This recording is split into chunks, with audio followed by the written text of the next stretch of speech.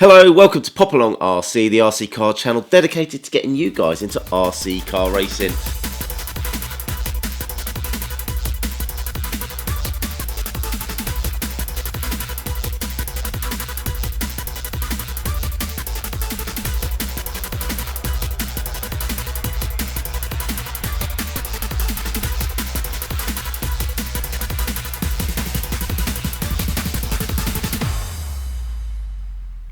If you're a regular to the channel, you will know that Mark and I have both had a little bit of a break from the channel, and just before we went off on our break, Rlaarlo got in touch and they asked us to take a look at their latest offering.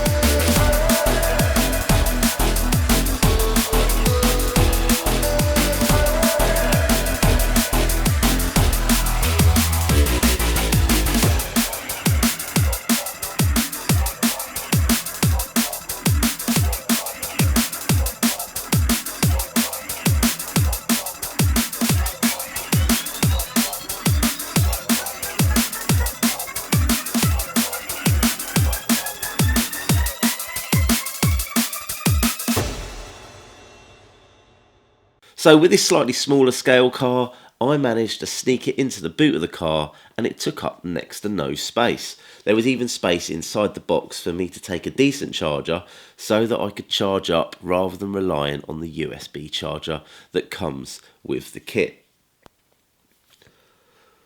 Because of the very small battery tray in this car, I had a little dig around of some of the other batteries that I've got and found the batteries that I run in my FTX Ravine and FTX Comet and found that they would fit into this buggy also. So I chucked an extra one of those in the box so I had plenty of batteries to get me through. Obviously the car came with a couple of tools, so I had everything I needed just in case there were any issues with the car. So let's take a quick look at what I got up to on my holidays.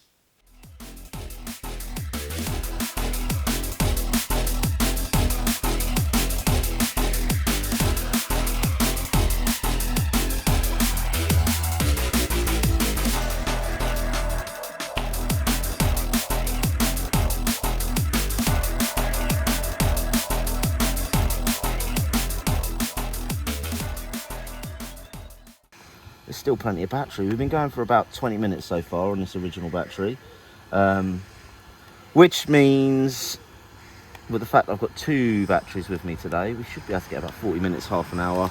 So a little bit of scuff in here, but I haven't taken the protective seal off just yet. So if I take all this off, it'll be mostly shiny underneath again, so it'll be almost as good as new. But yeah, there are a few scuffs from where I've been rolling it. Quite a few. But you know what? It's a nice little fun wheelie machine. And what I've also discovered is you can actually change the speed of the car. So if we just take this off of here and have a little look, pop that open, and here we've got throttle around at 100%. So if I was to squeeze the trigger,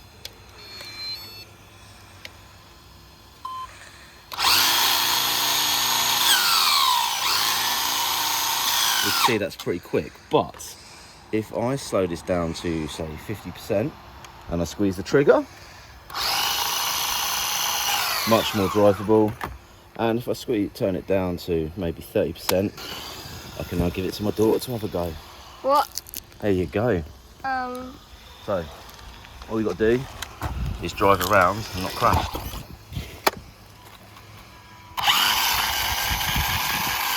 Nothing wrong with that. So there it is, the Rlaarlo video. So from a racing perspective, is this a racing car? Well, definitely not. This car is a fun RC though. I was amazed by how much power this car had straight out the box. The power to weight ratio and the gearing of this car meant it's a bit of a wheelie machine. The one big problem with cars that have a lot of power like this and wheelie, when the front wheels are in the air, you haven't got any steering, which means the car can veer off left and right. And when this car veers off left and right, it can then also crash and bash into its surroundings. So who are Rlaarlo actually targeting with a car like this?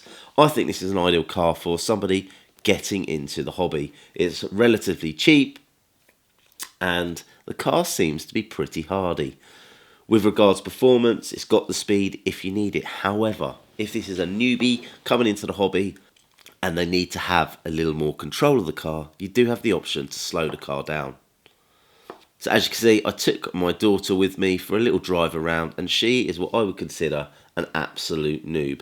Takes absolutely no interest in anything I do with RC cars, and in fact I had to bribe her just to get her to come along. Still, she was able to drive this car around a little circuit that we found. Alright, she crashed a few times, but you know what? I think she did really well for a first attempt at driving an RC car. I did actually turn the car down further, and we went for a little walk and took the car for a crawl. When it came to getting up the steep stuff, there wasn't enough traction for it to actually manoeuvre over the rough stuff. So this car is a bit of a speed freak. What about handling of this car? Well, do you know what? On the grass and the rough stuff, this car handled just fine. On the smoother terrain at the pedal go-kart track, the car did have lots and lots of grip, so much so that it struggled massively with grip roll.